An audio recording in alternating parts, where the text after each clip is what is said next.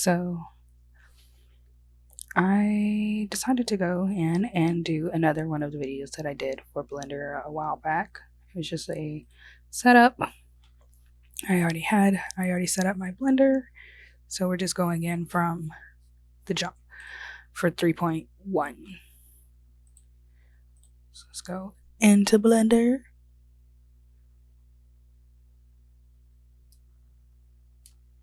And open it. If you have any things that try to stop you from holding it or whatever, you might want to get that situated. All right. So when you go into Blender and you're face to face with this scene, of course, a lot of people say it can be very overwhelming. And I am going to load my 3.0 settings, but that's just because a lot of these settings are very complicated and I want to go back through and do every one of them because I will have forgotten one at one point. All right, so language, choose your language.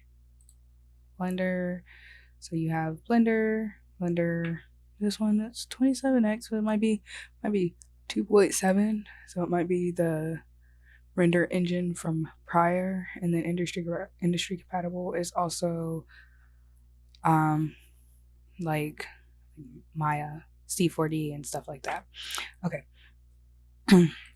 Me, select with left, adjust that to whatever kind of mouse you have. I'm using a right-handed mouse, so select would be the left click and the other would be the right click. I like to use the search bar with the search with the space bar. And theme I got is Deep Gray was a good scene. Yeah, Deep Gray.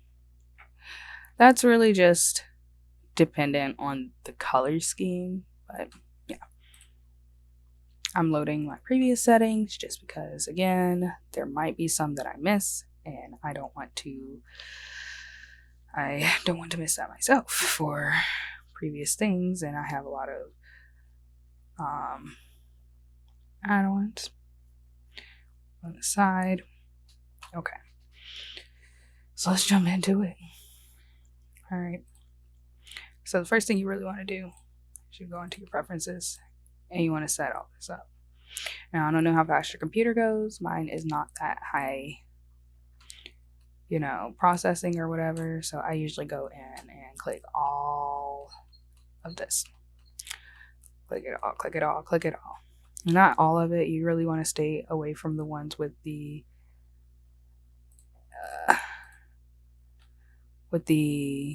warning label on it, just because it can tend to mess up a lot more. Your computer will break a lot more. And some of these are actually good add-ons and they have the warning just in case you say you used a curve modifier with the particle system. And that's obviously something that would mess up your computer and that they haven't completely worked through to where it won't yada yada yada. Okay. I completely forgot what's necessary for newbies, but here we go. 3D navigation, math viz, measure it, precision drawing tools. And this is just because I got into doing a little bit of everything. Stored views, assign shape keys, B tracer, curve tools.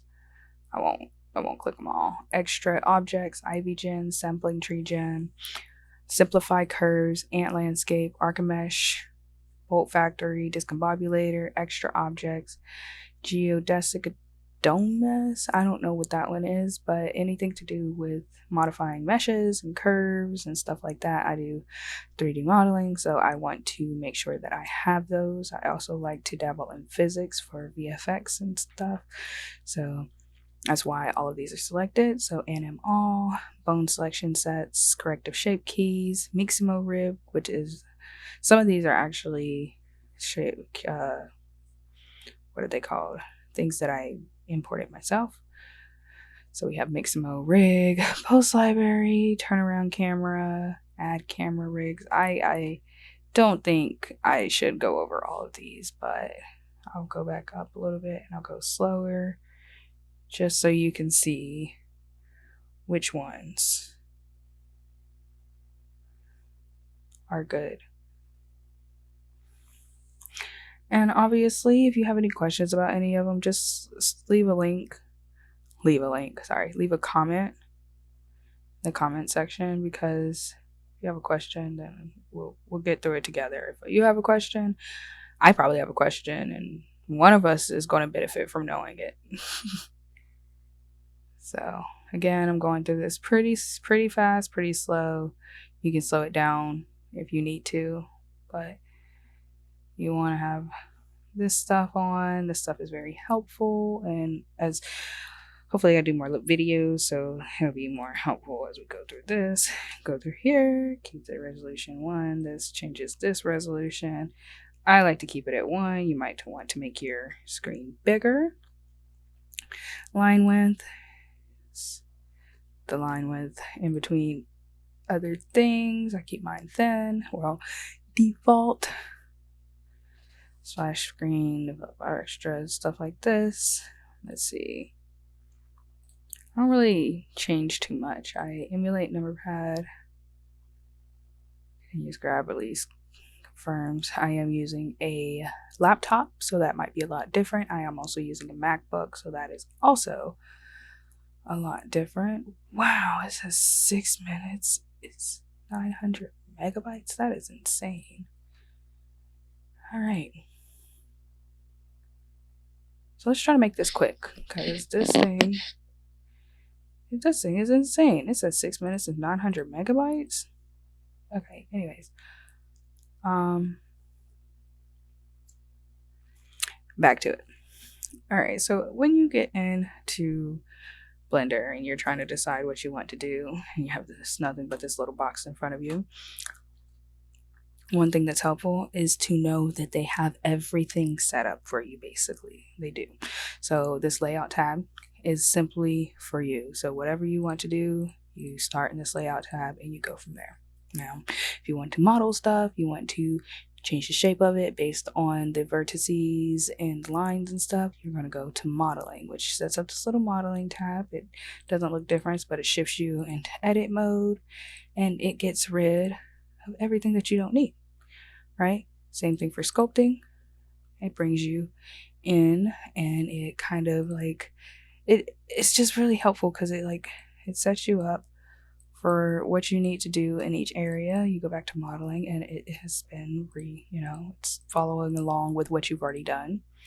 UV editing, we unwrap this. It's still going to be the same, basically. It's still basically going to be the same.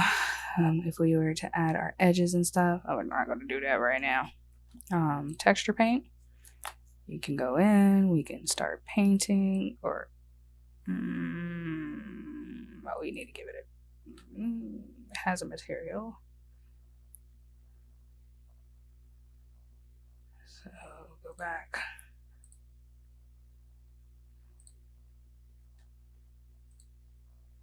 Okay, there we go. Texture paint. And we're going to go to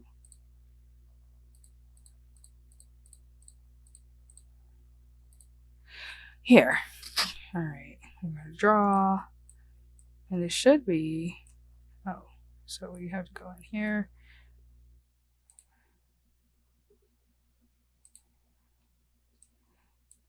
And I don't know why that's not. Oh yeah, let's do a little shindig here. What we're going to do, go into texture paint mode, and you can start painting, and what you see is kind of what you get. I'm not seeing what we're getting.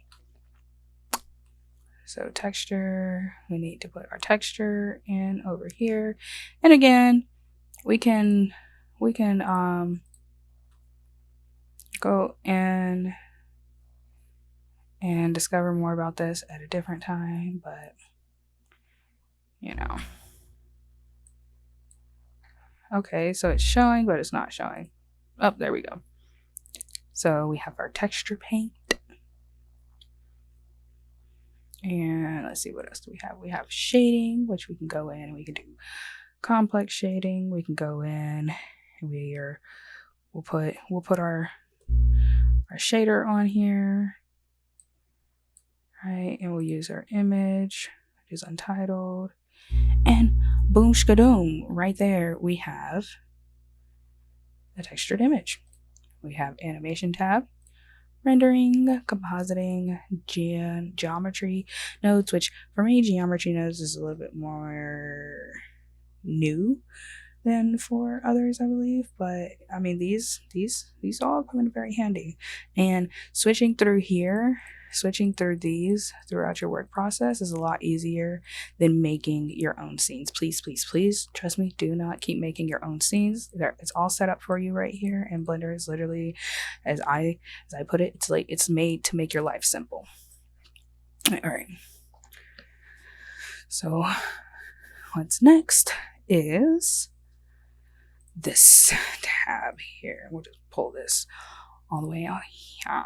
So this is based on what you're doing now. So this is based on your workspace and what you're doing in your workspace. So say we're in sculpting, then this is going to be your sculpting materials.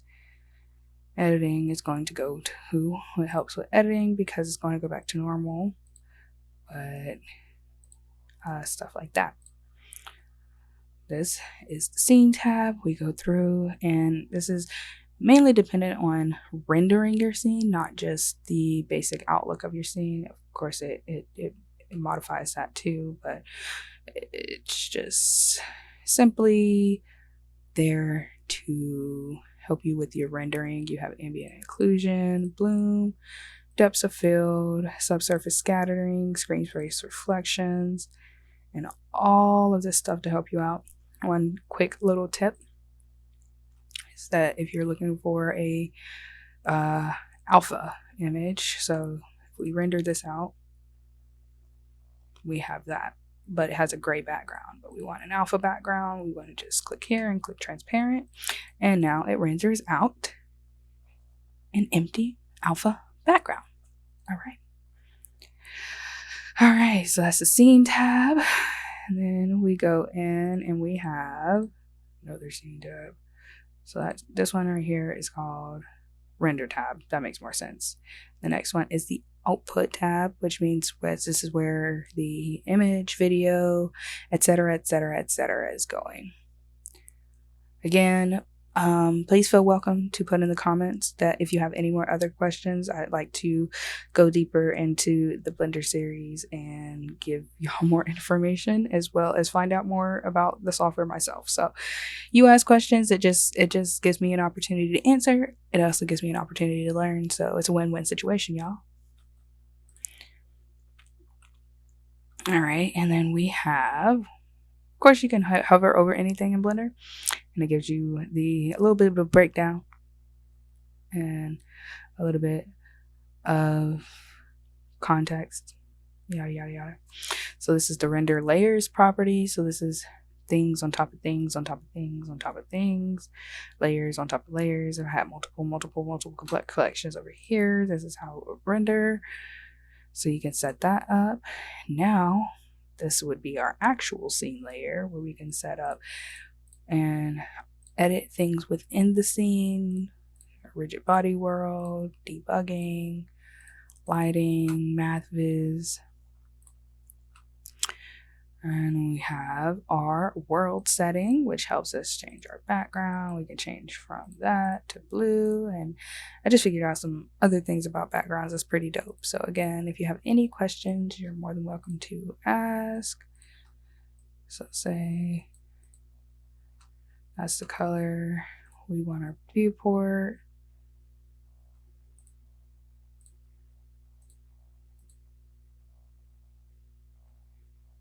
Oh yeah, we have transparent on. So let's turn transparent off. I'm probably about to get off topic very, very bad, but as always. So this is our render here, and we can change the world to any color. All right. Now we're going to try to get through this without getting more distracted. So we have the collection where we can select if the collection has any restrictions, if it's instancing anything from any other collections, from any other scenes in maybe another project or something like that. And we have line art. I haven't really gotten into this one, which I assume it has something to do with the 2D art, which I am not a master or a contributor to the 2D art world. They're amazing artists that I can't understand what goes on in 2D world. I live in a 3D dimension, so I can work with 3D objects. People who can work with 2D objects, they are on another level of genius because I cannot. But anyways, so we have object properties where we can set relations and collections instancing from different things. Again, I have not been all the way through Blender. This is a basic walkthrough. We have a whole bunch of different modifiers here, which we can go through. We have particle system. Let me make sure this is particles. Yes, we have the particle system, and we have the physics properties, which we also have object constraints, vertex groups, material library, texture library, which is different than the material library somehow. I really haven't figured out how applying textures is different than applying materials. I mainly just use the node editor. So if you know how, drop it in the comments, be involved in the community and whatnot. I encourage it. That's a basic walkthrough. Might be a little bit faster than my other walkthrough, or might be a little bit more in-depth than my other walkthrough, but that's the basic walkthrough. That's the basic setup. Sorry if I went too fast. I'm still working on doing this, but yeah. If you have any questions, drop that comment, drop that follow, drop that subscribe, or what have you not? Yeah, all right. So, if this is something you would like to know more about, if you want to know more about Blender things, then of course, drop a comment, drop questions, be involved, and just let me know. All right, peace out.